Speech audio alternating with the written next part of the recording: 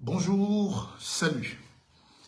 Évidemment, vous vous doutez bien que j'allais prendre la parole aujourd'hui, comme tout le jour. Je continue de faire mon travail parce que je vous aime. Je ne donne de leçons à personne. Et dans la vie, personne n'a tort, personne n'a raison. Chacun essaye juste d'exister. Et même par le passé, peut-être on a été dur dans les condamnations, mais on a juste envie d'apporter des enseignements, améliorer le quotidien de quelques-uns, assurer son passage sur terre, laisser une trace indélébile. Il y a quelque temps, à Paris, quand je faisais de grands lives avec 1000 personnes, 1000 abonnés, je disais faisons des forages.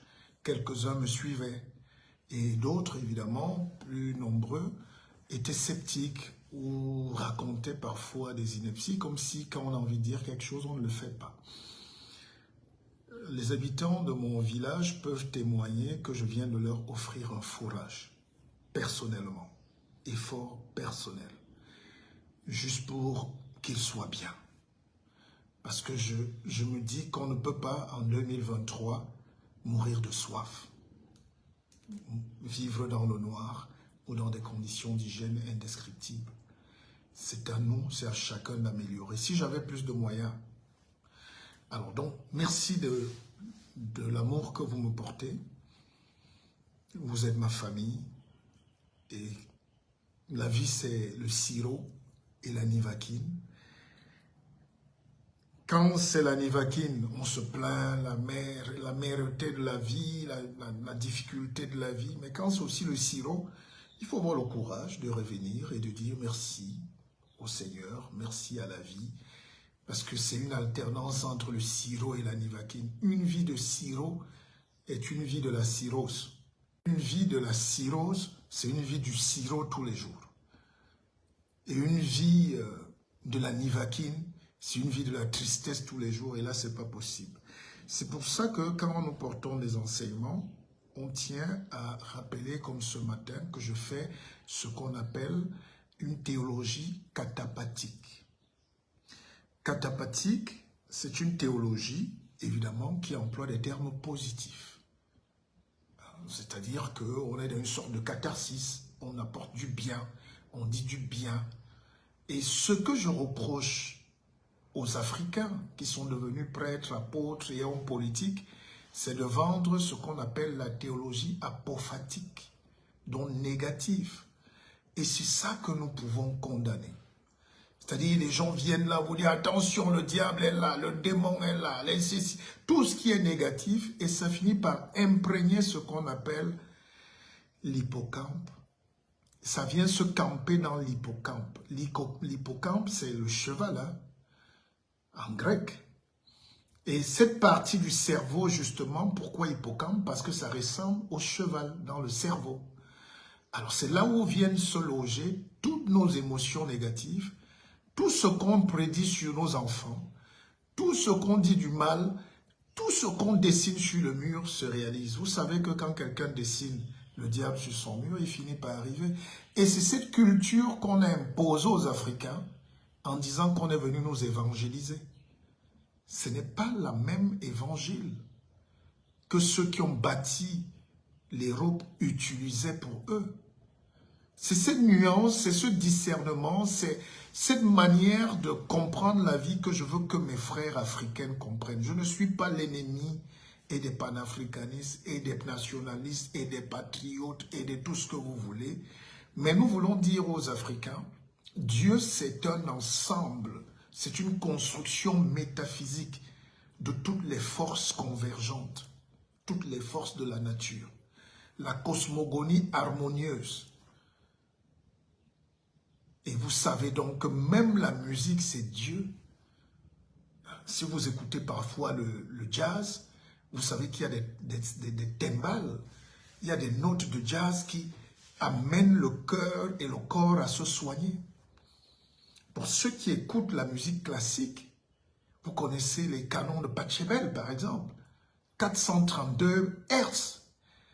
On a démontré que les éléments qui sont collés au ribosome, pour la stabilité du sang, le stress, la bonne circulation des vaisseaux sanguins, tout ça pour que le cœur batte bien, c'est cette musique, par exemple. Quand vous la mettez chez vous, faites l'expérience. Quel que soit le problème que vous avez, vous vous sentez dessouché de ce mal, de ce poids de la vie. Donc, et c'est Dieu qui nous parle. Quand on crée la physique, quand on crée une formule mathématique, par exemple, elle est abstraite, mais ça fait décoller l'avion. Les principes de physique, de l'aérodynamisme, de l'entropie, tout ce que l'homme a créé, c'est-à-dire c'est des chiffres. Tu prends le papier, tu écris un chiffre et ça devient la réalité. Donc, c'est ça. Donc, aux Africains qui croient que Dieu doit être médiocre, ils le baissent ici. Quand tu mets ton Dieu ici, il t'empêche de voir même et tu vas tomber dans le trou. Mais tu peux prier toute la journée, mais c'est un mauvais Dieu. C'est un Dieu de la médiocrité. Il faut élever ses espoirs, ses aspirations. Il faut être un miracle de la vie. Je vous parle parce que je suis un formateur.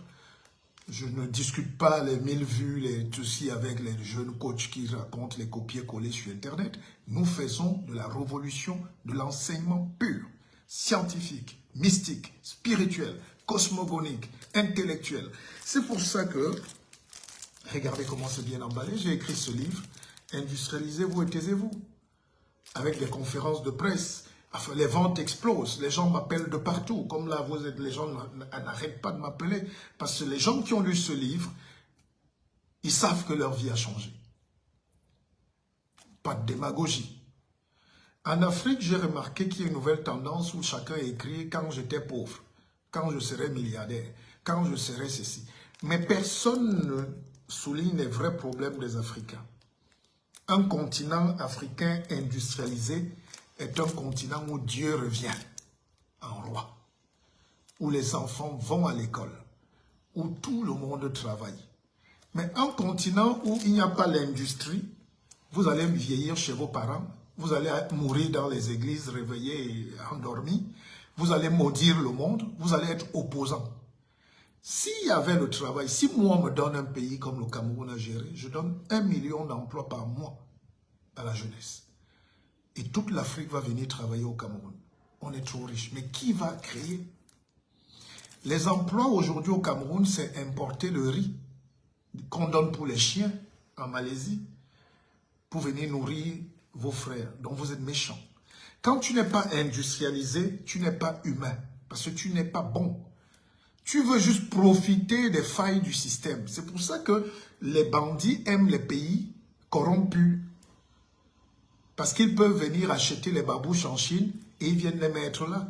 Mais dites-moi, si vous achetez les babouches en Chine, vous arrivez au Cameroun, vous croyez que vous pouvez battre un Chinois qui est venu avec ses propres babouches, vendre au Cameroun? C'est pour ça que les Camerounais trichent, ils jonglent, ils se plaignent. On ne fuit pas l'industrie. La France est devenue un grand pays par l'industrie. L'Allemagne est devenue un grand pays leader européen de l'économie par l'industrie. Et l'industrie commence par la tête. Comment on réfléchit? La pensée. Quand on écrit des livres, vous vous moquez de nous. J'ai même vu des gens dire « Ah, dis donc, on va travailler. » Monsieur, aligner 300 pages de réflexion, ce n'est pas donné. Et je suis au Cameroun en ce moment. Je serai à Paris dans quelques heures. Parce que j'ai une conférence au Georges V le 20 décembre. L'autre conférence c'est au Hilton le 14 et ici à Douala Aqua Palace. Donc, j'ai donné les numéros, vous pouvez réserver. Ce que je voulais dire, c'est que tant que vous fuyez la qualité, tant que vous détestez vos frères qui vous apportent le savoir, quel qu'il soit, si vous cherchez leur tribu, si vous cherchez leur parti politique, ça veut dire que vous êtes encore à l'état primaire de la vie. L'Europe n'a pas intérêt à ce qu'on s'industrialise. Le Canada n'a pas intérêt. Si on avait l'industrie, nos enfants allaient faire quoi au Canada? Si, l'industrie commence par l'école, commence par la pensée. Mais l'école pour mettre quoi? C'est nous qui devons enseigner. Ma tristesse, c'est que, par exemple, au Cameroun, j'ai écrit un livre qui s'appelle « Chronique pour les... » Non, l'Afrique et son cancer du côlon. Ça fait 10 ans qu'il est au programme à Sciences Po, à Paris. Et ce n'est pas une manière de répondre à un internaute inculte qui venait. Vous savez, il y a une autre manière de dénigrer les gens qui créent au Cameroun. C'est que les gens viennent sur les réseaux ou ailleurs pour dire « Ah, tu n'as pas enseigné là-bas » ou « Tu ne fais pas ceci ». Mais on n'est pas dans une course, c'est une concurrence.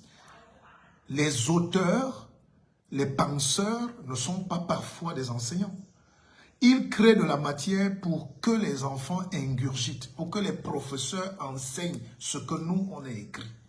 Si on n'écrit pas, vous allez répéter les choses des autres à nos enfants et ils auront les têtes pleines de boue et ils seront des perroquets et ils n'arrivent pas à fabriquer. Le système éducatif au Cameroun est fait pour que le crâne soit bourré. Le système éducatif que les Occidentaux, les esclavagistes ont laissé en Afrique, c'est pour que les crânes soient bourrés. Or, aujourd'hui, on n'a plus besoin de bourrer le crâne. Il y a les ordinateurs, il y a les clés USB, il y a les disques durs. Donc, tu enlèves tout ça, tu prends, tu mets dans la tête, tu filtres et le reste, tu mets dans une clé ou dans un disque dur ou dans un ordinateur. Les Occidentaux réussissent comme ça. Ils vident la tête pour mettre la création, les idées créatrices, novatrices. Comment transformer mon chocolat? Comment transformer le cacao en chocolat? Alors, je suis en train même... Vous savez, j'ai ouvert une usine d'huile de palme et on a fait à fonds propres avec mon partenaire, mes partenaires, et on est bloqué sur le financement. Dieu merci, chaque chose se règle. Je reprends ici, je cherche du financement. Pas du financement pour les escroqueries, les ponzi, les ceci, parce que tout ce qui est négatif nous intéresse. J'ai créé une usine d'huile de palme. Et actuellement, je suis en train de travailler sur une usine de cacao. Attendez, je vous prends une fève de cacao. Donnez-moi une minute, s'il vous plaît.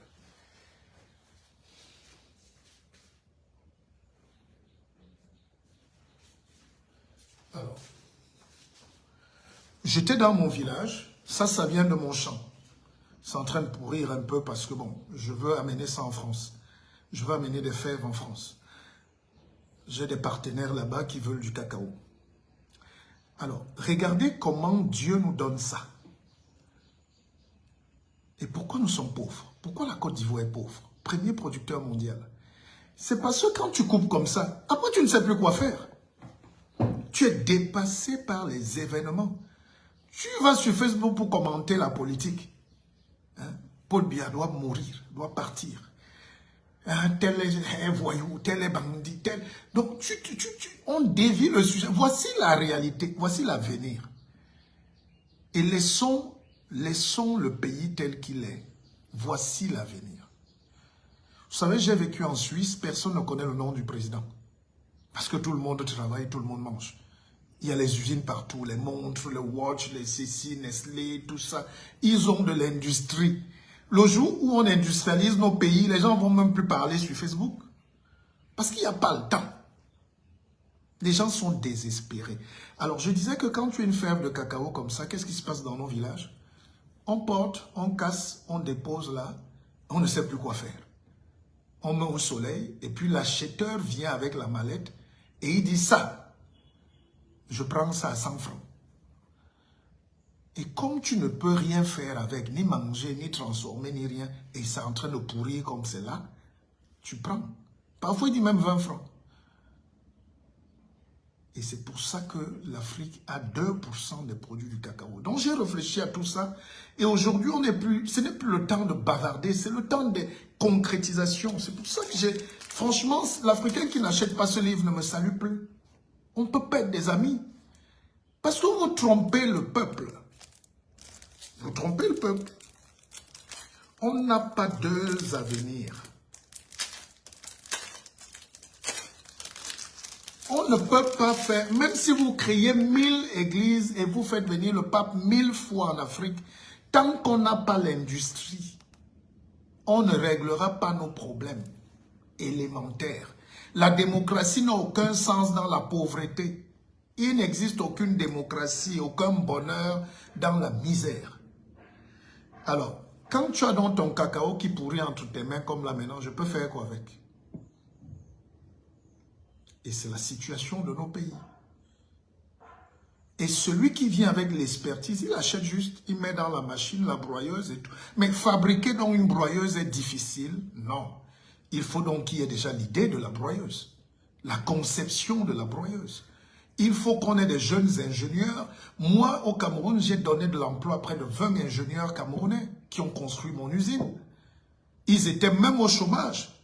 Et ils sont encore au chômage. Beaucoup vont aller au Canada.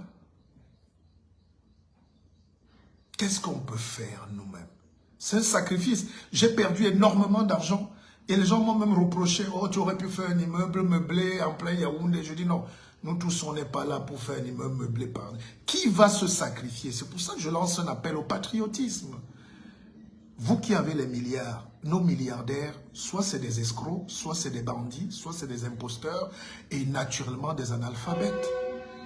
Quand tu es analphabète, tu ne peux pas avoir l'idée d'investir pour la transformation du pays. Nous avons toujours été un comptoir colonial depuis les Grecs et ça continue en 2023. On dit assez, stop. Une seule cabosseuse, broyeuse de cacao, fait que quand l'acheteur arrive, il trouve déjà au moins les fèves broyées. Quand tu as les fèves comme ça coûte rien du tout. Oh, tu as fait tout le travail, 90% de travail. Les 10% on donne aux blancs. Et lui, il met dans la machine, il broie, il met un peu de poudre, un peu de sucre, un peu de piment, tout ce qu'il veut, et il te vend ça en Suisse. À 20 € la tablette. Il a acheté à 20 francs, à 1000 francs chez toi.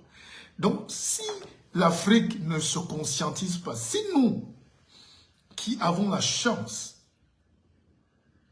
si, oui mon petit, les livres sont là, vous appelez juste, on vous livre partout dans le monde.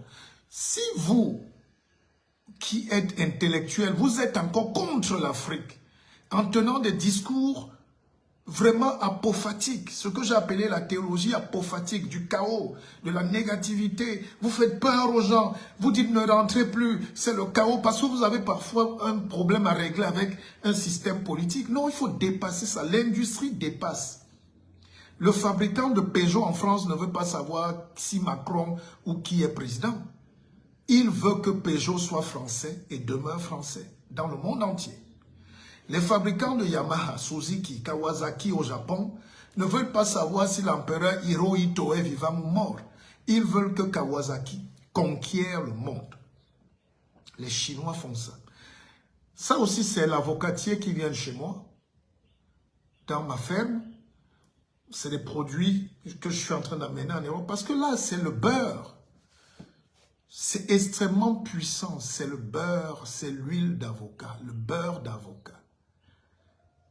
Les femmes n'auront plus besoin d'acheter les produits toxiques chinois de basse qualité pour se gâter la peau avec les cancers. Quand tu as l'huile d'avocat, tapez sur les nets, vous voyez les vertus. Il suffit juste de broyer ça, de stabiliser, de raffermir, d'empaqueter avec des composants même pas chimiques. Vous avez une huile qui redonne à la femme noire son teint. Voilà le chocolat. Regardez le fond là, pardon, de ce beurre-là, de ce, comment vous appelez ça, de cet avocat-là. Partagez ce direct. Hein. Vous n'aimez pas ça, je sais, mais partagez. Regardez le fond là. C'est ça, la peau africaine. Et chaque fruit a la forme d'un organe humain qu'il représente. L'avocat, même seulement mangé, est bon pour le cœur. Je ne me prends pas pour Zobia. D'ailleurs, il dit de très bonnes choses, mais il doit encore venir apprendre. Regardez ça. Ça. Il suffit de regarder la forme d'un fruit. Pour nous, les mystiques, on vous dit donc le secret aujourd'hui. Quand tu regardes la forme d'un fruit, tu sais ce qu'il fait dans le corps. Ça, c'est pour le cœur d'abord. Donc, voilà autant de choses dont je ne suis pas venu au Cameroun. C'est tous perdre mon temps. Je ne suis pas venu au Cameroun perdre mon temps. Je suis venu au Cameroun prendre la mesure de ce qu'il nous faut. Maintenant, il faut se développer. Il faut trouver les financements. Il faut... Oh, maintenant, on fait des levées de fonds. Vous donnez à des bandits. Ils fuient avec votre argent. Vous venez encore pleurer sur Facebook. Créer des sécurités de levée de fonds pour donner aux gens qui travaillent vraiment. Il y a des jeunes dans les villages, il y a des terres, il y a des gens qui sont en train de se battre matin, midi et soir, ils cherchent 1 million. Et vous les avez, mais vous allez donner à la facilité quelqu'un qui vous dit dormez, l'argent travaille pour vous. Et vous croyez que ça va, 1 million va donner 100 000 par jour. Donc vous êtes vous-même des bandits. Parce que dans la vraie vie, sauf à la bourse, ça n'existe pas. Mais ceux qui vont même jouer à la bourse savent un matin qu'ils ont 10 millions. Le matin, ils ont 100 francs. Donc c'est ce qu'il faut expliquer aux gens. Après, vous allez vous pâcher quand Emmanuel Sim, mais Emmanuel Sim n'a rien fait. Ou Sim, je ne sais pas qui. Noubissi n'a rien fait. Il ne peut pas vous promettre un miracle économique. Parce que quand vous investissez, vous attendez. J'ai construit l'usine l'année passée. Elle n'est pas encore en activité. Elle est propre, elle est neuve, mais je n'ai pas encore gagné un seul sou. Donc, c'est la patience de l'industrie. Mais quand ça démarre, c'est pour 1000 ans. Nos arrière-petits-fils vont vivre de cette industrie, vont l'améliorer. Même si l'industrie a des combats et des familles et des ceci et des ennemis et des villageois. Mais c'est incroyable l'Afrique. Je reviens sur le cas de l'usine d'huile de palme qu'on a montée.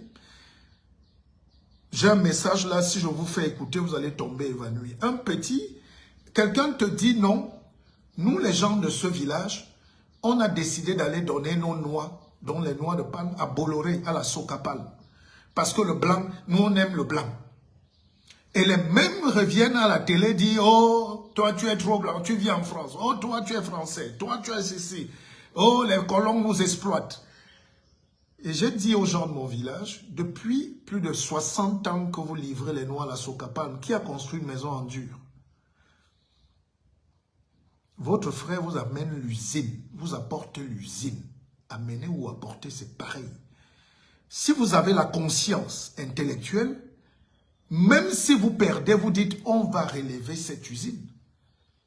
Et mes frères Bamileke à l'ouest, quoi qu'on dise, mes frères dont je me sens même plus proche, connaissent comment ça se passe. Les Bassa, les Bakoko, les Douala, les tout ça, les Ewondo ne sont pas faits pour travailler ensemble. Enfin, c'est ce qu'ils ont dans la tête. Et vous le savez. Trop de combats, trop de perte d'énergie, trop de temps. Un frère Bamileke de l'Ouest est venu voir mon usine. Il dit, le guide, je te donne 100 millions cash. Moi, je démonte ça, je vais mettre chez moi. J'ai même expliqué à mes frères, à aider à partout là-bas, que l'usine ne m'appartient pas.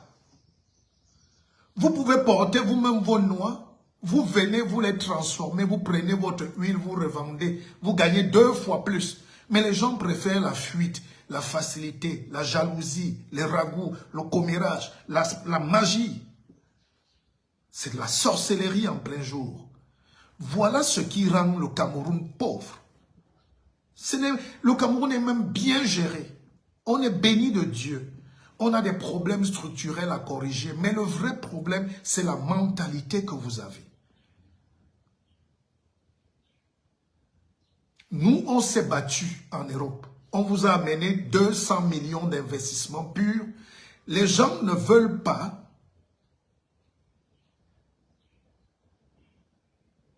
Les gens ne veulent pas prendre leur destin en main. Pourquoi? Parce que leur Dieu est ici. Ils sont pauvres. Quand tu portes les noix, tu vas donner à Socapal. Bolloré qui est condamné en France pour esclavagisme et tout. Tu ne sais pas que tu reprends les armes contre Oumyobé. Les Oumyobé sont morts pour ça, pour qu'on soit industrialisé, pour qu'on soit indépendant. L'indépendance que vous voulez là, vous marchez là à Paris, la basse, elle va tomber d'où? C'est le serpent qui se mord la queue. Si tu te lèves, tu dis que tu marches pour l'indépendance et qu'on te donne l'indépendance et tu n'arrives pas à transformer ça, tu redeviens esclave. Et c'est ce qui arrive à l'Afrique 61 ans après. Laissons le bavardage. Laissons la cacophonie intellectuelle. Et ce n'est pas parce qu'on nous a bourré le crâne et on a signé un papier comme ça que vous êtes un intellectuel. L'intellectuel au Cameroun, c'est ces jeunes-là qui commencent déjà à comprendre qu'on peut écraser la farine de maïs, on fait le pain. Industrialisez-vous et taisez-vous. C'est mon message. Je ne cherche pas l'amour, je ne cherche pas l'amitié, je ne cherche pas la fraternité, je ne cherche pas à être riche. Mes directs ne sont même pas partagés. Même mes cours, les gens, je fais des formations au top manager dans le monde entier et depuis des années. Et j'ai formé, j'ai libéré, j'ai sauvé. Vous êtes cachés, vous regardez en cachette, vous ne dites pas merci, mais vous savez que je suis l'un des plus grands coachs, formateurs, enseignants en Afrique. Vous le savez. Certains vont dire oui et alors. Parce que vous aimez la médiocrité. Un enfant qui n'a jamais écrit même l'acte de naissance va aller prendre les trucs sur Facebook, il va venir dire je suis coach. Comment devenir, non, comment devenir, comment, tu as quelle expérience de la vie? Donc quand on couche le savoir, et actuellement sur Amazon, je peux vous montrer les chiffres, c'est l'une des meilleures ventes. Aux États-Unis, on me demande la traduction déjà en anglais. Parce que voilà la problématique qui nous maintient pauvres. Le jour où il y a l'industrie, j'ai dit à ma famille, l'industrie c'est pour réparer les injustices. Le jour où l'Africain va avoir accès à ce truc magique, non, Dieu vous a donné le sous-sol.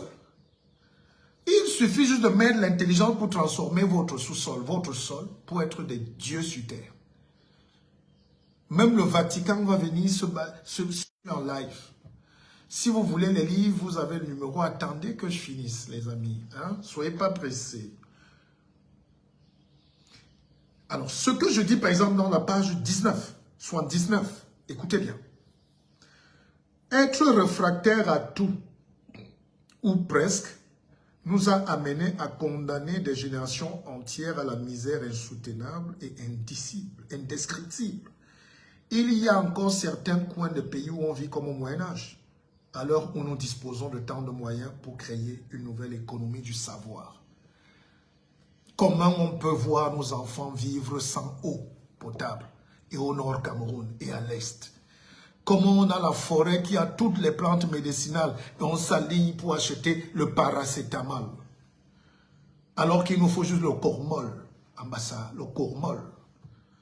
Il nous faut le catoro. Il nous faut l'écorce.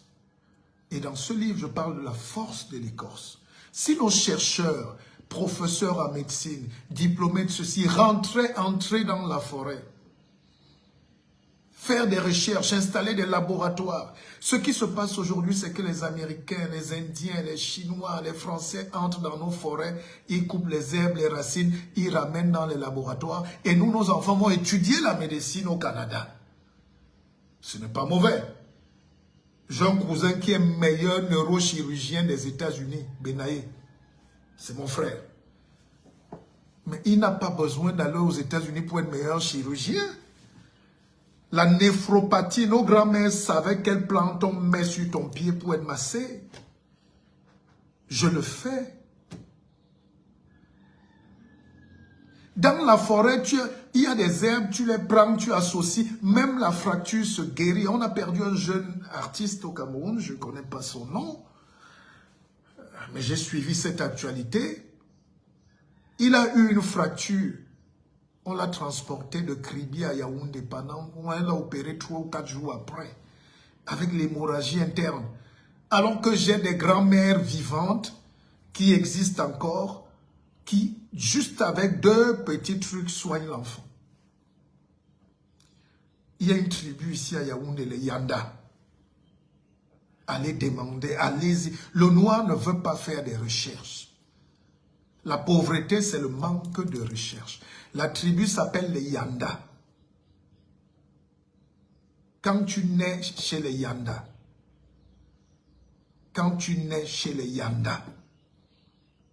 même si l'os s'est fracturé en 1000 morceaux, tu le touches, il se remet en place. Ce n'est pas les anecdotes des nègres. c'est de la science mystique, c'est de l'industrie. Donc l'industrie n'est pas seulement l'usine, l'industrie c'est aussi le savoir, c'est la mystique, c'est la magie. L'avion qui décolle, c'est la magie. Alors quand je vous dis que les Yanda reparent l'os, s'il y a un Yanda ici, il peut témoigner. Et c'est pour ça que j'ai lancé la télévision pour faire découvrir aux Africains, pas les sbroufs, hein, pas les mystiques inutiles.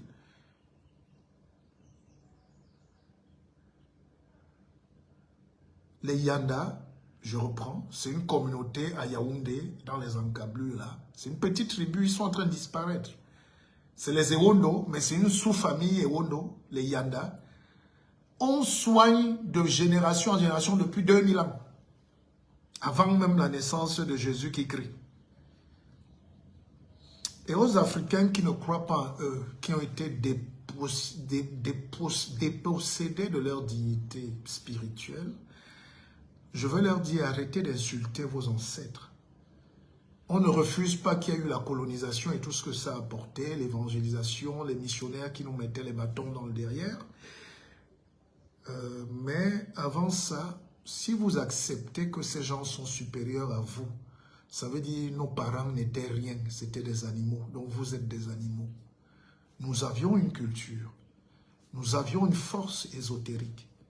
Quand votre grand-mère dit qu'elle quittait, elle allait danser à New York, vous dites c'est la sorcellerie, c'est la science. Et on a démontré aujourd'hui avec la physique quantique. Les Blancs découvrent aujourd'hui que tu peux être ici et là-bas. Tu peux être à Foucault à New York.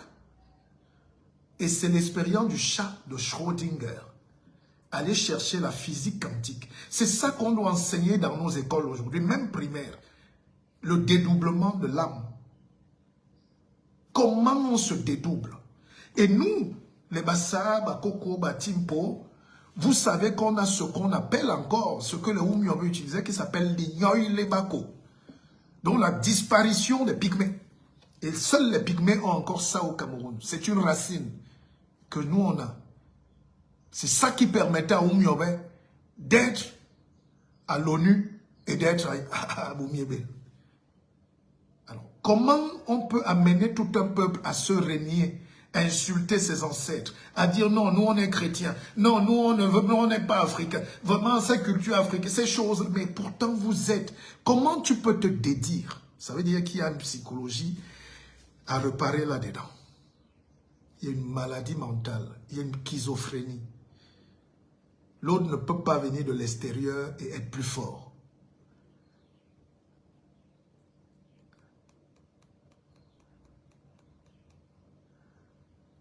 Gibraltar ne me fait pas de reproche. Je ne parle pas seulement de Douala Yaoundé. S'il y a quelqu'un qui connaît le Cameroun, c'est moi. D'ailleurs, pour vous montrer que le Cameroun n'est pas si différent, on n'aura pas le temps. Mais je vais prendre le temps pour faire vraiment de vraies conférences, mais il faut payer.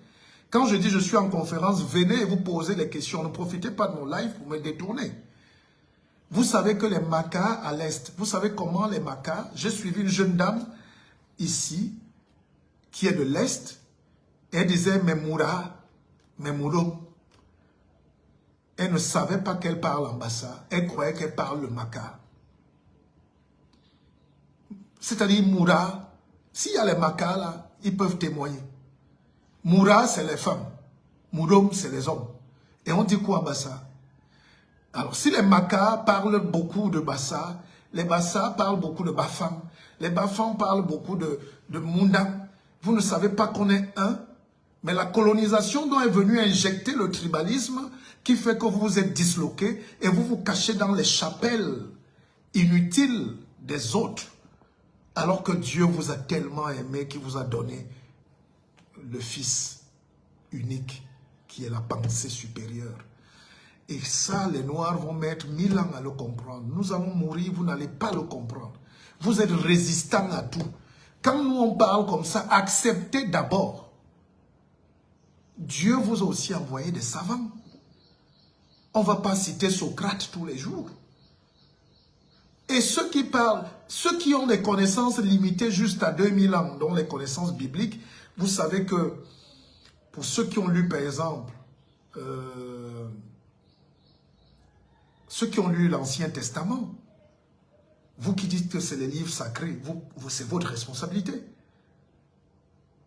Là-dedans, il y a trop de violence, il y a trop de bêtises, trop de conneries, pour que notre peuple s'accroche là-dessus sans filtre. Aujourd'hui, je le dis avec la force et le courage, il y a trop d'erreurs dans la Bible. Il y a un exemple là où Moïse envoie dans l'Ancien Testament, par exemple, Moïse envoie les gens aller tuer, massacrer les gens dans un village parce qu'ils sont juifs. Non, parce qu'ils ne sont pas juifs. Vous qui savez, allez lire. Je ne suis pas là pour vous donner tout non plus. Et quand les gens reviennent, ils disent, Moïse, on a massacré tout le village, mais on a oublié les femmes et les enfants.